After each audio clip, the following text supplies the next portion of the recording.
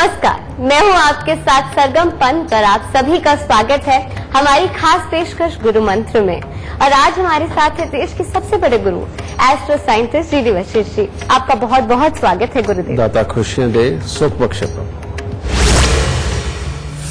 अगर आपने गौर से देखा हो तो भोलेनाथ के शीश पर चंद्रमा सुशोभित होते हैं, पर क्या आपने कभी सोचा है कि भगवान शिव का चंद्रमा से क्या संबंध होता है? तो आज हम चंद्रमा से जुड़े रहस्यों के बारे में बात करेंगे, लेकिन इसके साथ और कौन से अन्य विषय होंगे ये भी जान लेते हैं। चमकते चांद की तरह कैसे चमकेगी आपकी किस्मत? कुंडली के बुरे प्रभावों को दूर करने के लिए चंद्रमा को कैसे जान लेते हैं।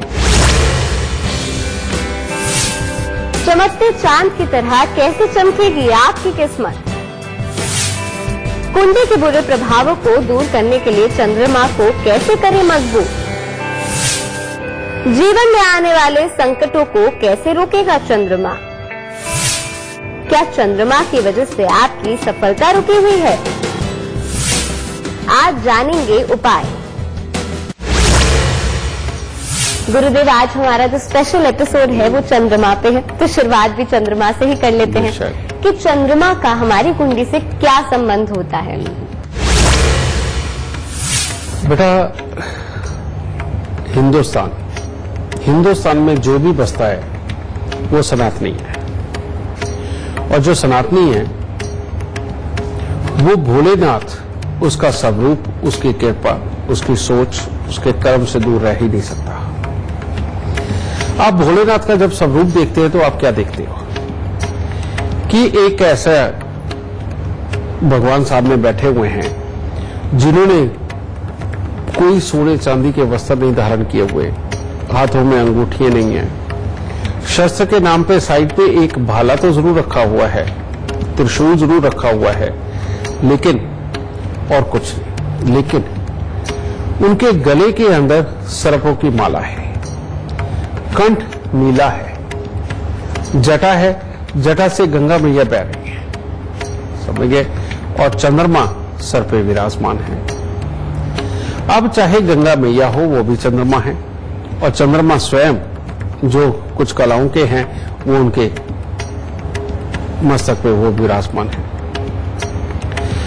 तो अब ये भोलेनाथ का स्वरूप यानी कि चंद्रमा समझा क्या रहे हैं? समझा ये रहे हैं कि जिनकी जन्म कुंडली के अंदर चंद्रमा अच्छा होगा, जैसे हम ये कह सकते हैं, इसका सबसे बड़ा एग्जाम्पल अगर हम देखें कोई, तो इस धरती पे जिन्होंने अवतार लिया श्री कृष्ण जी, जो 16 कला संपूर्ण थे, चंद्रमा की सारी कलाओं में संपूर्ण थे, ठीक है। तो ये गुण होने चाहिए, लेकिन कैसे?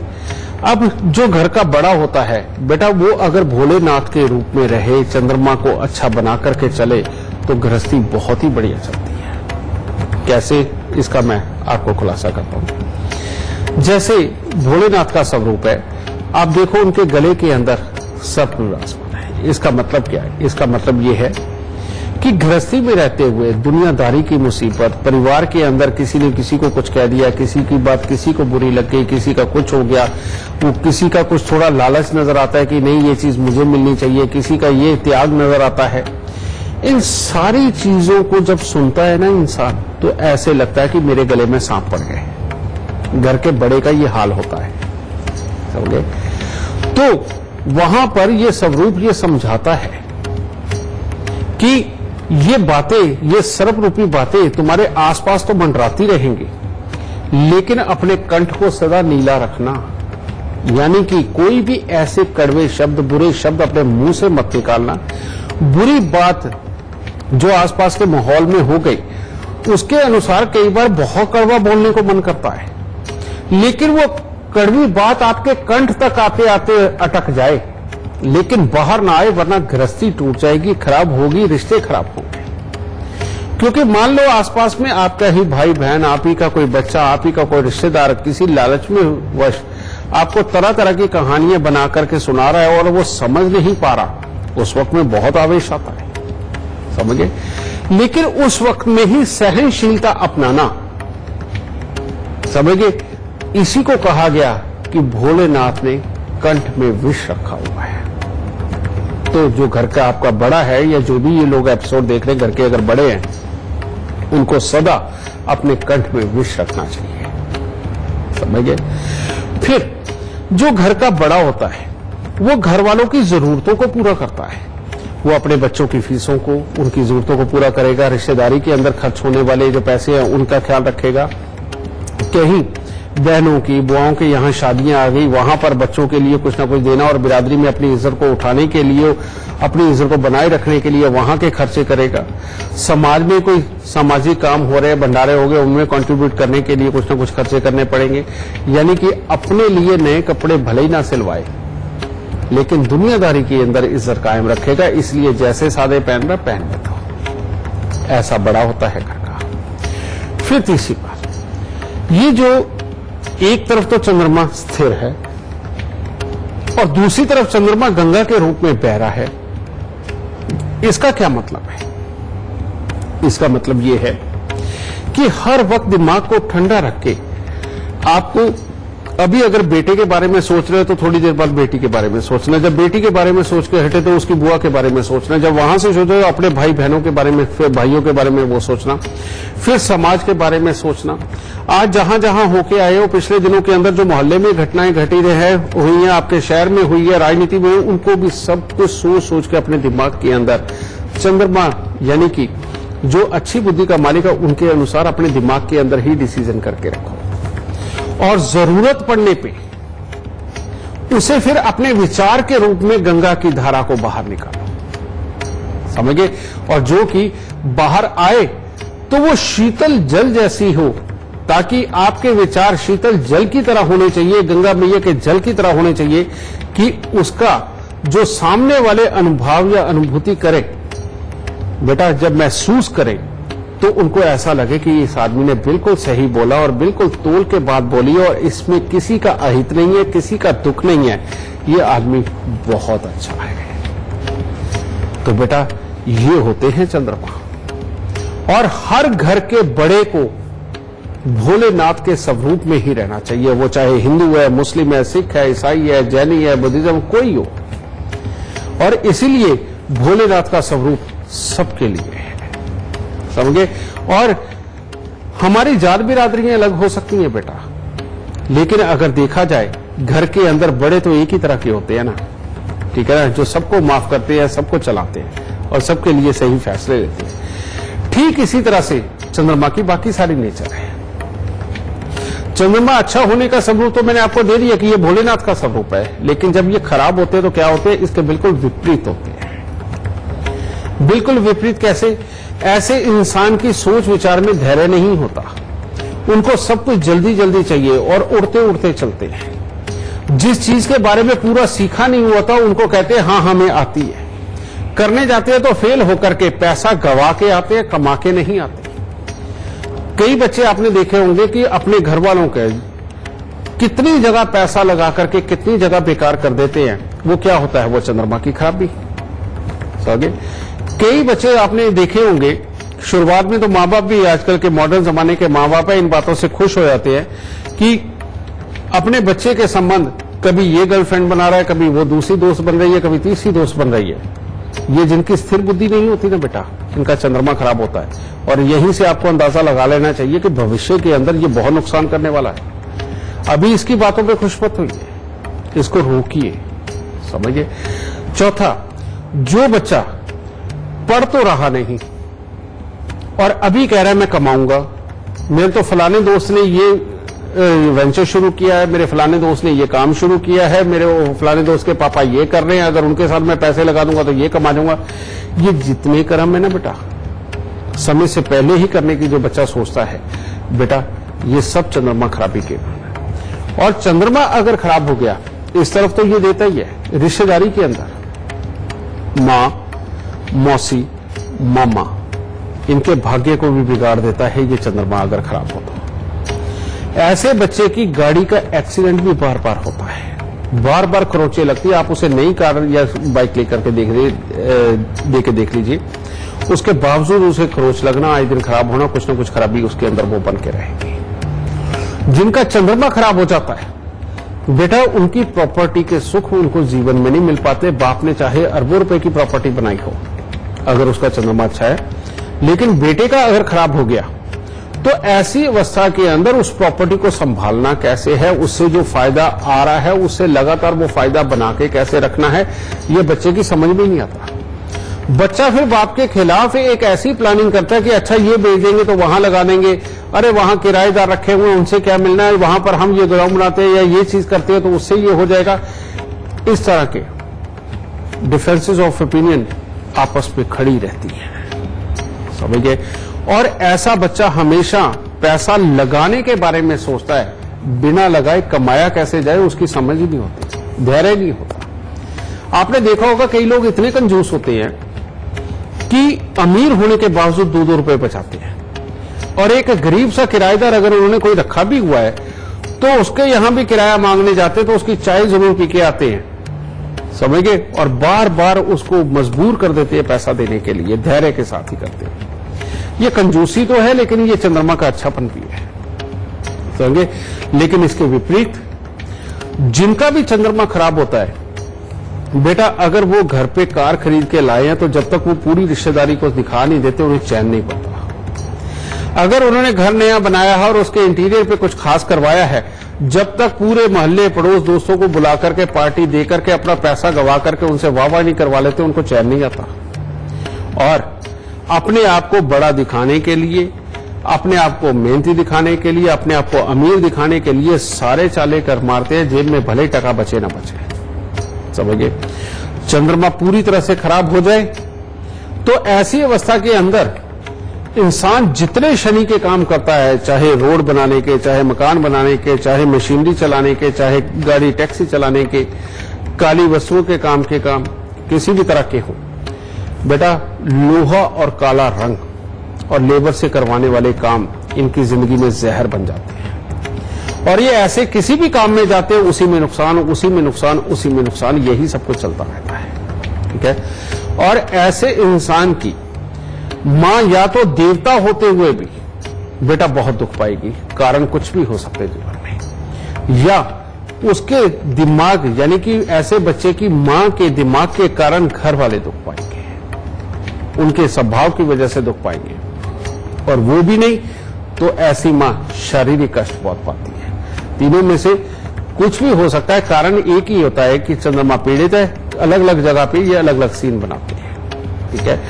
और यही नहीं, ऐसे बच्चे सारी जिंदगी बस एक ही बात करते हैं कि जब सामने कोई आता है जिसके सामने शेखी भगानी है तो उसको कहते हैं काम बहुत बढ़िया चल रहा है, और जब वो अकेले में रात को घर वालों के साथ बात कर रहे होते तो वो कहते हैं कर्जे में डूब गए, मर गए, कुछ नहीं बचेगा, ये है वो है, ये सारा कुछ। और कर्जे के वक्त में भी वो एक नया काम करने के लिए सोच रहे होते हैं कि यानी कि फिर पैसा कहीं से उठाएंगे और फिर कहीं ना कहीं लगा के फिर डूबेंगे। इतनी बड़ी खराबियां देते हैं चंद्रमा अगर खराब हो जाए। इसीलिए हमारे जो ऋषि मुनि रहे हैं, साधु संत रहे हैं पिछले, उन्होंने एक बात कही कि अगर कहीं पर भी कोई पेश नहीं चल रही तो परमात्मा की शरण में जाओ, समाधि लगाओ, ध्यान लगाओ। चंद्रमा को अच्छे करने का सबसे उत्तम तरीका क्या है? चंद्रमा को अच्छे करने का सबसे उत्तम तरीका है कि सुबह सवेरे उठ करके आप कम से कम 15-20 मिनट ध्यान में रहें। लेकिन ध्यान लगाने में करना क्या है? कुछ नहीं करना, अपने दिमाग को खाली करो। दिमाग को खाली करने का एक ही तरीका है कि आप जिस भी अपने प्रभु को मानते हैं, जिसको अपना बड़ा मानते हैं, जिसको गुरु मानते हैं, वो या भोलेनाथ ही, बस आप आंखें बंद करके उनका एक चित्र देखना शुरू करो जिसके अंदर वो भी समाधि लगा के ध्यान में और शांत मुद्रा में बैठे।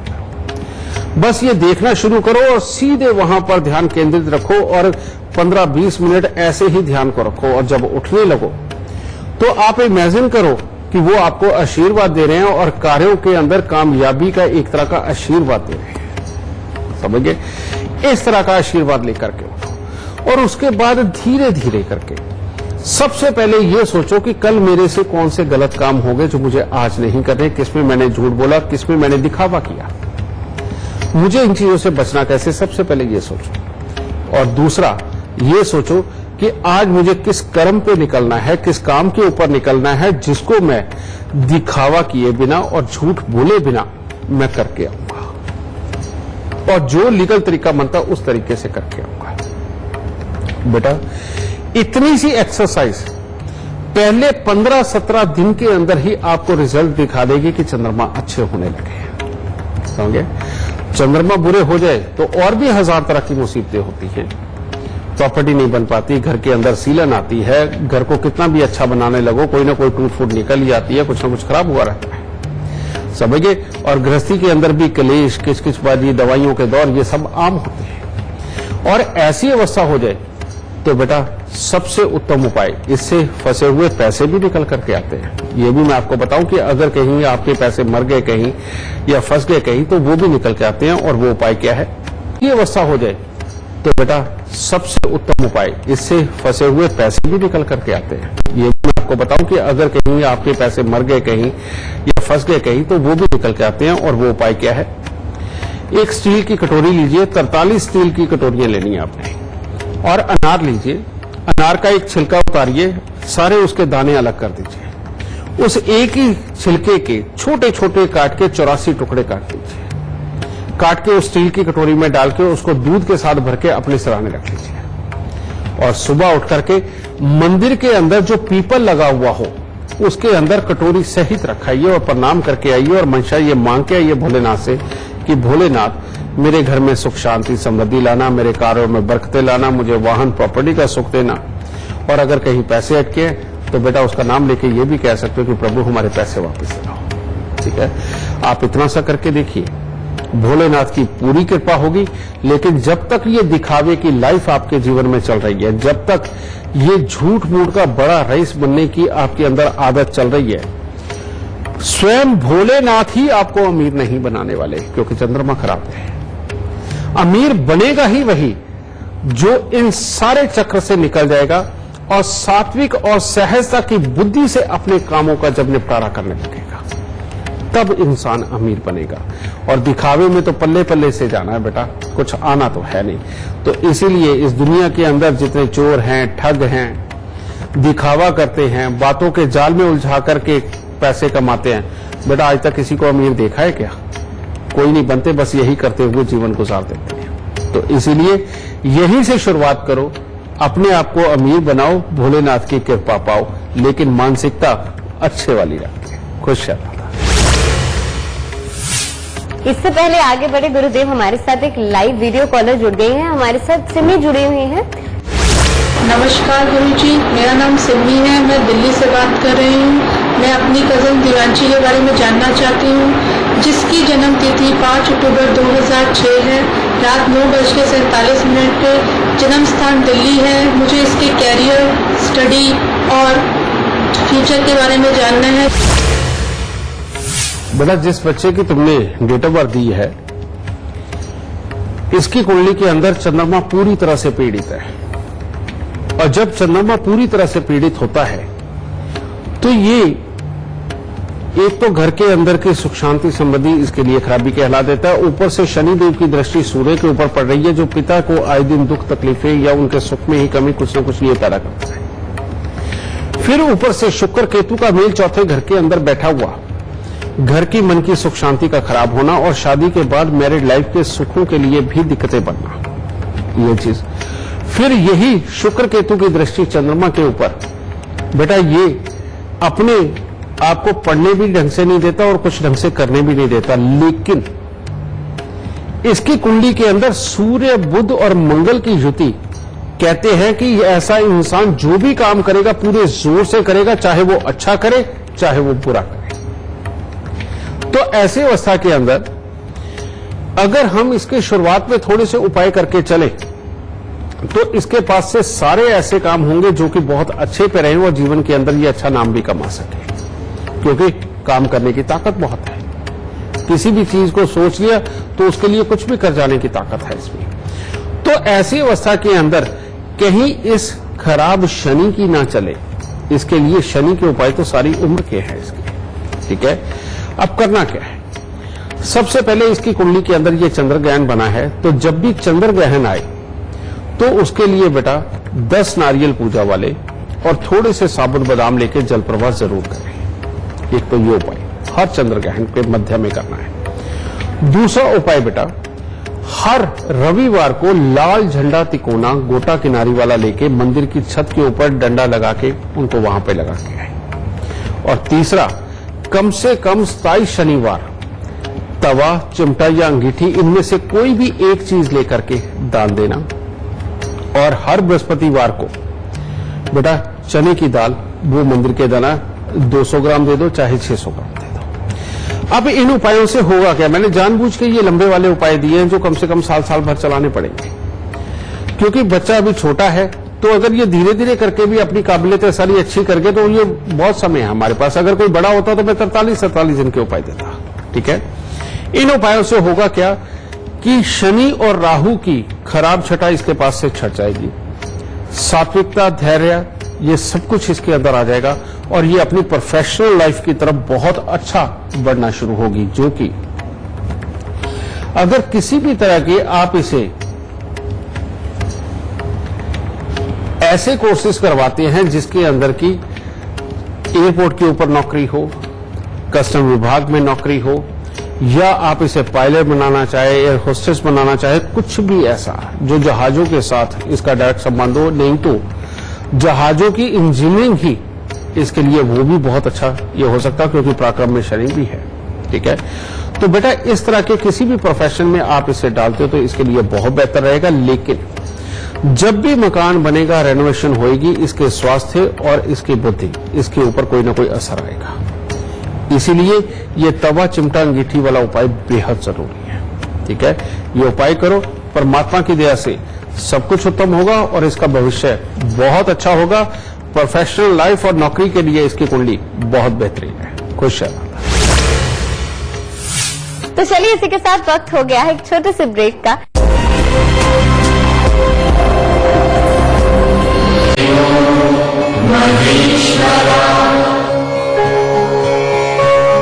ब्रेक के बाद आप सभी का स्वागत है और आप देख रहे हैं हमारी खास पेशकश गुरु मंत्र। गुरुदेव, आज बात चंद्रमा की हो रही है, तो जो बच्चे जिनका चंद्रमा कमजोर होता है, खराब होता है उनकी कुंडली में, तो उनके स्वभाव पे क्या कुछ असर पड़ता है, उनके जीवन में क्या कुछ लिखा होता है और किस तरीके से वो अपने इस कमजोर चंद्रमा को ठीक कर सकते हैं? सवाल अच्छा है बेटा, क्योंकि ये चंद्रमा का जो असर है जी, ये वैसे तो हर ग्रह का ही बचपन से असर शुरू होता है, क्योंकि हमारा बचपन लिखाई, पढ़ाई और सीखने से जुड़ा हुआ है। इसीलिए चंद्रमा का शायद बचपन के ऊपर प्रभाव ज्यादा रहता है। ठीक है, एक बचपन में और एक बुढ़ापे में ही तो चंद्रमा का प्रभाव देखा जाता है। चंद्रमा जिन बच्चों का खराब होता है उनकी सबसे बड़ी प्रॉब्लम होती है डबल माइंडेड होना, कंफ्यूजन में पड़ना रहता है। ठीक है, एक बचपन में और एक बुढ़ापे में ही तो चंद्रमा का प्रभाव देखा जाता है। चंद्रमा जिन बच्चों का खराब होता है उनकी सबसे बड़ी प्रॉब्लम होती है डबल माइंडेड होना, कंफ्यूजन में पड़ना और अपने लिए स्वयं डिसीजन ना ले पाना। बहुत सारे बच्चे ऐसे हैं बेटा जो माँ बाप को आकर के कहते हैं कि नहीं हमने ये करना है और ये डिसाइड कर लिया और ये इस तरह से है, लेकिन कॉन्फिडेंस और उनका ज्ञान, उसके ऊपर माँ बाप को भरोसा भी होता है, यस बोल देते हैं। लेकिन बहुत सारे बच्चे आपने देखे होंगे जिनकी आंखों पे चश्मे भी लगे होते हैं, उनकी आंख में खासतौर पे राइट आई के अंदर बार बार तकलीफ भी आती है, समझ गए, और बार बार ऐसा बच्चा कंफ्यूजन में पड़ के डबल माइंडेड होकर के माँ बाप के समझाने के ऊपर भी पूरी बात नहीं समझ पाता और समझाने के बावजूद वो ये कहता है कि मैं कैसे करूंगा। ठीक है, ऐसे बच्चों को आपने देखा होगा कि ये बहुत जल्दी दूसरों की बातों में भी आ जाते, क्योंकि अपनी ही प्लानिंग की बुद्धि इतनी लंबी चौड़ी नहीं होती, समझे, धैर्य से अच्छे बुरे का निर्णय नहीं कर पाते। ऐसे बच्चों के दोस्त अगर खराब मिल जाएं तो बच्चा अपने आप खराबी के अंदर डूबता चला जाता है।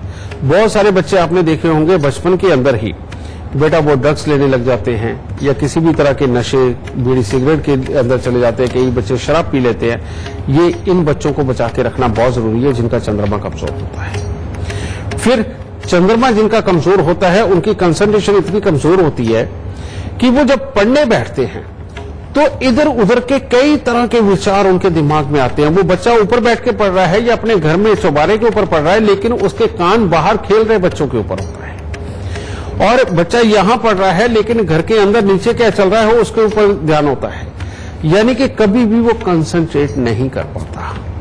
और ऐसे बच्चों की सबसे बड़ी प्रॉब्लम क्या है कि जो मैथमेटिक्स के फॉर्मूले हैं उनको समझ नहीं आते। वो रटाफिकेशन करते हैं, याद करते हैं, और याद करके एक ही सवाल अगर याद किया तो वही लिखने के लिए तैयार रहते हैं, उनको लॉजिक नहीं याद होता। समझ गए? और जिसका भी चंद्रमा खराब है बेटा वो लॉजिक से पढ़ाई तो कर ही नहीं सकता, लॉजिक ही करता है। समझ गए? चंद्रमा अगर खराब हो गया तो बच्चा ना बैठे बिठाए अपने बिस्तर पे बैठे हुए, सोते हुए अपने ख्यालों में गुम रहेगा और ख्यालों के अंदर ही बड़ी बड़ी बिल्डिंगें बना देता है। और उन सपनों के जो जागते हुए देखे जाते हैं उनके प्रभाव की वजह से ऐसा बच्चा जिंदगी के अंदर कोशिशें भी ऐसी ही करता है कि जिससे जल्दी जल्दी उसको सब कुछ मिल जाए। उसको ब्रांडेड कपड़े मिले, उसको ब्रांडेड चीजें मिले, उसके पास लग्जरी कार हो, समझिए, और ये सारा कुछ हो और दिखावे में जा सके। क्योंकि जो बड़ों की आदत बड़े होकर बनती है वही बचपन से तो डेवलप होती है, यानी कि बच्चा दिखावे में जाना चाहता है। ठीक है? वो जब अच्छा बन के दिखाएगा तो इतना अच्छा बन के दिखाएगा कि उससे अच्छा कोई नहीं है। लेकिन गहराई से जब एनालाइज किया जाएगा तो पता चलेगा कि जो तो इजी था उसके अंदर अच्छा बन के दिखा दिया, जो मुश्किल है, जहां पूरा ध्यान लगाना था, जहां अकलमंदी से काम करना था, वहां पर वो फिसड्डी सामने आया। तो ऐसे बच्चों की लिखाई पढ़ाई भी नहीं दिख पाती। और अगर इस तरह का चंद्रमा खराब है और आपके घर पे किसी भी तरह का 2 रंग का जानवर है जिसका काला और सफेद दोनों ही रंग है, तो बेटा ये उस बच्चे के लिए और खराब साबित होगा। चंद्रमा पीड़ित हो तो दूध देने वाले जानवरों का काम कभी भी नहीं हो सकता। समझे? वो फलते ही नहीं है। लोग अगर वही जानवर रखते हैं तो उनको बहुत फलीभूत होते हैं, लेकिन ऐसे इंसान के घर पे होंगे तो जानवर दूध देने वाले वो नहीं फलते। और ऐसे घर के पैसे भी बेकार होते हैं, घर के अंदर सीलन भी बहुत आती है। तो सबसे पहले अब अगर जानवर रखा हुआ उसे निकाल तो सकते नहीं।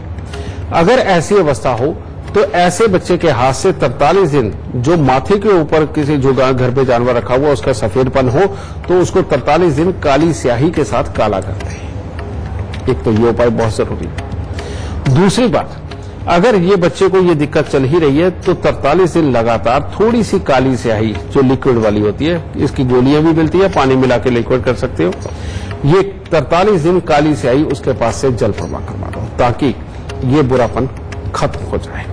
और ऐसे बच्चे को अश्वगंधा थोड़ी सी लेकर के, जड़ी बूटी होती है ये, कोई नुकसान नहीं इसका, लेकिन देनी बहुत ही कम है। समझिए? आप ये लगा दीजिए कि रोज अगर आप देते हो तो 2 ग्राम से ऊपर नहीं दे सकते। इतनी अश्वगंधा दे करके उसको साथ में, जिससे कि उसका दिमाग ठंडा रहेगा, कंसंट्रेट करने लगेगा। अब यहां पर हमें इसके मित्र ग्रहों की भी सहायता देनी है, तो उसके लिए हम क्या करेंगे? तांबे का लोटा लिया, तांबे के लोटे के अंदर चावल भरे और लाल चंदन का लेप लगाया। मंगलवार के मंगलवार उसके पास से हनुमान मंदिर के अंदर रखवाना शुरू कर देंगे। ठीक है? जिससे एक तरह का शनि चंद्र का मेल ना रहे, एक तरह का मंगल चंद्र का मेल बन जाए। और मंगल पढ़ाई लिखाई के अंदर कंसंट्रेशन देता है, बच्चे की बुद्धि को स्थिर करता है और बच्चे के पास से धैर्य से सारे काम करवा के उसे समझदार साबित करता है।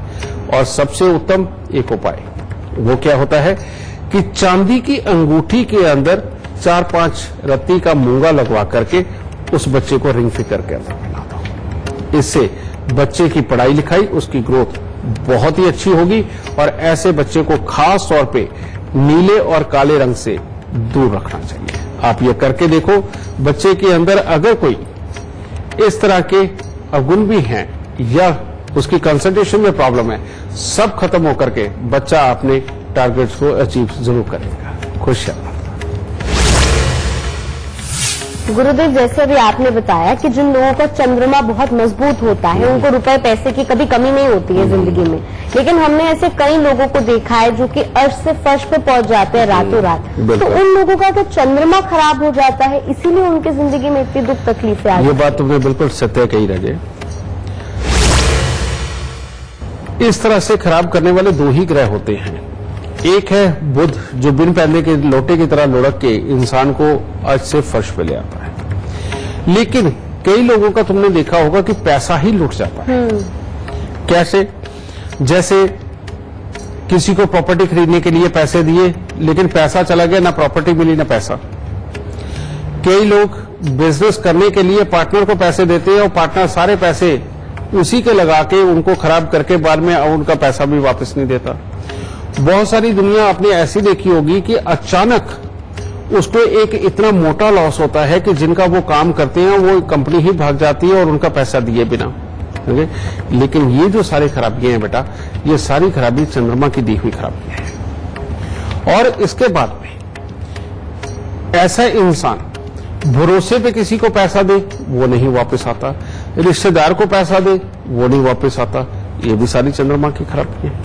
ठीक है, ऐसी अवस्था के अंदर बेटा जब भी आप लोग मकान बनाते हो, रेनोवेशन करते हो, कुछ भी रिपेयरिंग करते हो, बना बनाया मकान खरीदते हो, समझे, या जड़ से ही बनाना स्टार्ट करते हो, तब इस तरह के हालात उत्पन्न होते हैं। क्योंकि लाल किताब के अंदर साफ तौर पे कहा गया है कि जिस तरह का शनि होगा उस तरह का चंद्रमा फल देगा, और जिस तरह का चंद्रमा होगा उस तरह का शनि फल देगा। ठीक है, तो यानी कि मकान बनाना, कंस्ट्रक्शन करना, रेनोवेशन करना चंद्रमा के साथ सीधा ही संबंध हो गया। तो ऐसी अवस्था के अंदर अगर शनि के साथ में संबंधित है चंद्रमा, या किसी भी तरह से शनि खराब है, तो ये चंद्रमा अपने आप बुरा होता चला जाता है।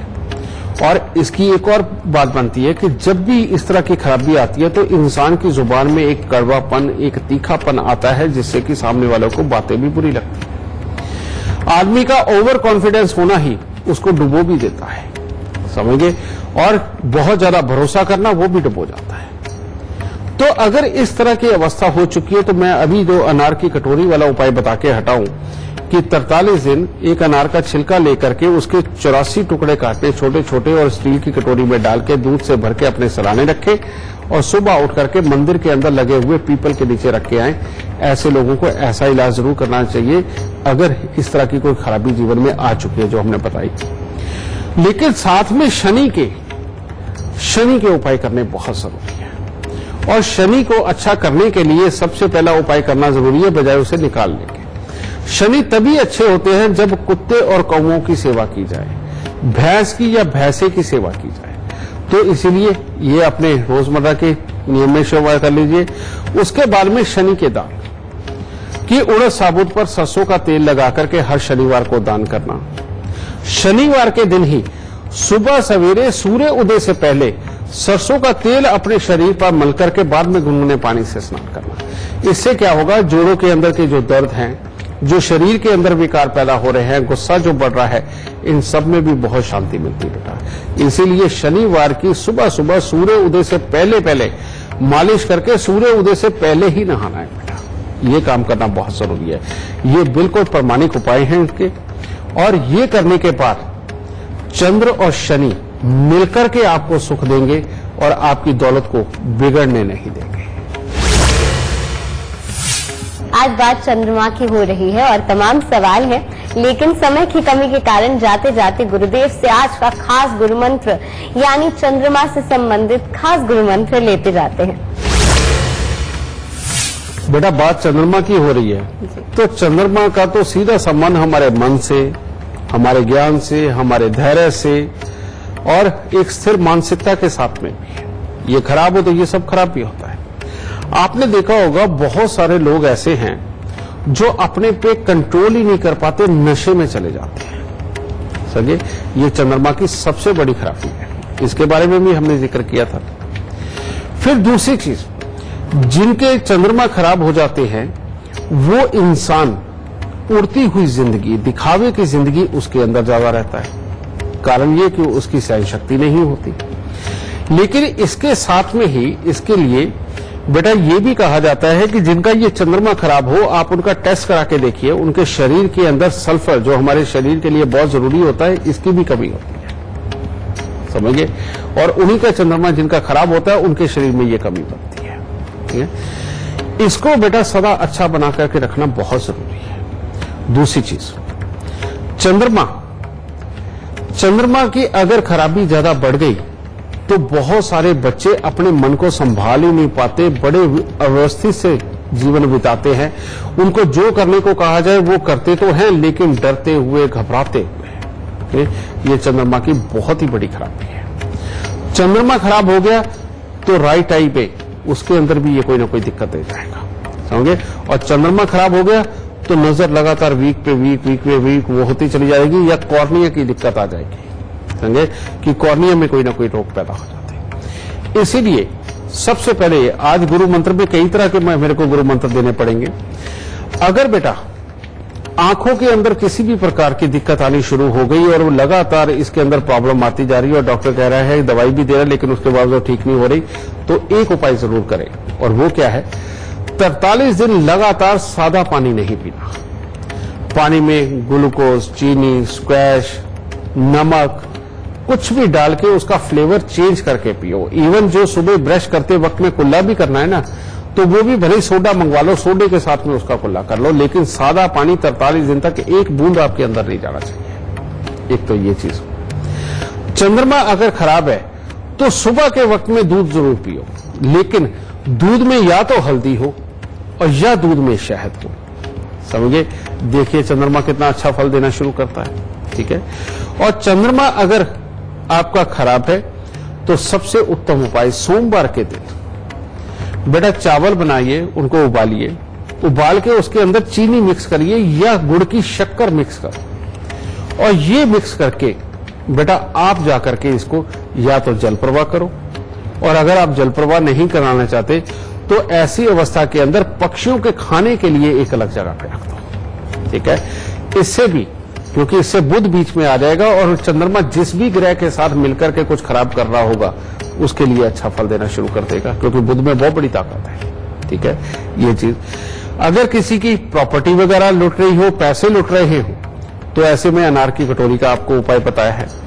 और जो सबसे उत्तम है बेटा, जो मैंने ध्यान लगाना बताया है शुरुआत में, कि जो भी इंसान 15-20 मिनट सुबह ध्यान लगाएगा, अपने बड़े बुजुर्गों के पांव हाथ लगा करके आशीर्वाद लेता रहेगा, और जिसको झुकने में शर्म नहीं आएगी, जिसको पांव हाथ लगाने में शर्म नहीं आएगी, और पांव हाथ लगाने का मतलब वाकई पांव तक हाथ जाए, घुटने तक नहीं, एक बार अपने जीवन में ये नियम लाके देखिए, जिंदगी में सुख चल चल के आपके जीवन के अंदर आएगा। और आप अकड़ अकड़ के जिंदगी चला के देखो, पांव हाथ लगाने में शर्म करके देखो, जिंदगी अस्थिर होती चली जाएगी, अपने ही विचारों में उलझ के रह जाओगे। स्मूथ वे में डिसीजन लेकर के जो पार उतरना चाहिए वो काबिलियत कभी नहीं आएगी, ठीक है। एक तो ये चीज, जिनके भी घर रिपेयर होने हो, कभी भी जिनके भी घर रिपेयर होने हो, घर में सीलन आई हो, उसको ठीक करवाना हो, उससे पहले शनि का दान करना शुरू कर दीजिए। यानी कि उसको ठीक करने से पहले से शनिवार से ही, शनिवार के दिन तवा, चिमटा या अंगीठी कोई एक चीज लेकर के चलते हुए साधु को दान देना शुरू कर दो। और जब तक ये रिपेयरिंग चले तब तक नहीं, उसके एक शनिवार बाद तक भी बेटा ये दान जरूर करो। और हर सोमवार को दूध, चीनी, खांड, ये शहद, ये सब मिलाकर बेटा मंदिर के अंदर देते रहो। थोड़े चावल भी दे दो, करके देखो। चंद्रमा बहुत अहम है हमारे जीवन में, और ये सारे का सारा हमारी विचार, हमारा मन, हमारे रुपए पैसे, समृद्धि, वाहन के सुख, प्रॉपर्टियों, इनसे जुड़ा हुआ है। इसीलिए जो इंसान चंद्रमा को अच्छा रखी रखता है उसके जीवन के अंदर ये दुख तकलीफ नहीं आती। इसीलिए हमारे जितने भी गए हुए बुजुर्ग, ऋषि मुनि, उन्होंने हमें सिखाया कि मंदिर के अंदर पतासे दो, मंदिर के अंदर मिश्री चढ़ाओ, खीर चढ़ाओ, दूध चढ़ाओ परमात्मा पे। बेटा ये ऐसे नहीं बने रिवाज, ये चंद्रमा को अच्छे करने के ही रिवाज हैं। तो मंदिरों के अंदर बेटा इस तरह की चीजें पहुंचाओ और भोलेनाथ की कृपा पाओ, हर तरह का दुख घर से दूर रहेगा। खुश है बात। गुरुदेव हमारे दर्शकों का मार्गदर्शन करने के लिए और उन्हें लाभ की जानकारी देने के लिए आपका बहुत बहुत शुक्रिया। माता रानी खुशियां दे, सदा सुखी रखे, खूब तरक्की पाओ और सुख पाओ। तो चलिए इसी के साथ वक्त हो चला है आप सभी से अलविदा कहने का, लेकिन कल एक बार फिर से हाजिर होंगे एक नए विषय के साथ। तब तक के लिए मुझे दीजिए इजाजत। नमस्कार। यंत्र क्या